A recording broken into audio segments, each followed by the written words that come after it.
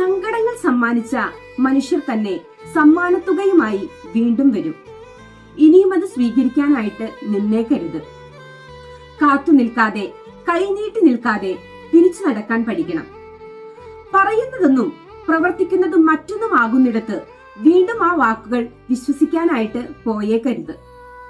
വരാനിരിക്കുന്ന നുണകളിൽ ഇനിയും വീണു പോകരുത്.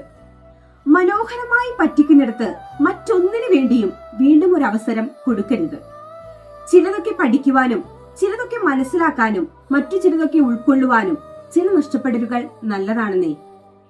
തിരിഞ്ഞു നടക്കാൻ പഠിക്കണം, അല്ലെങ്കിൽ നമുക്ക് നമ്മളെ തന്നെ നഷ്ടപ്പെടും. വൈകി വരുന്ന പാഠങ്ങളാണെങ്കിലും നാം ഇനിയും വൈകരുത്.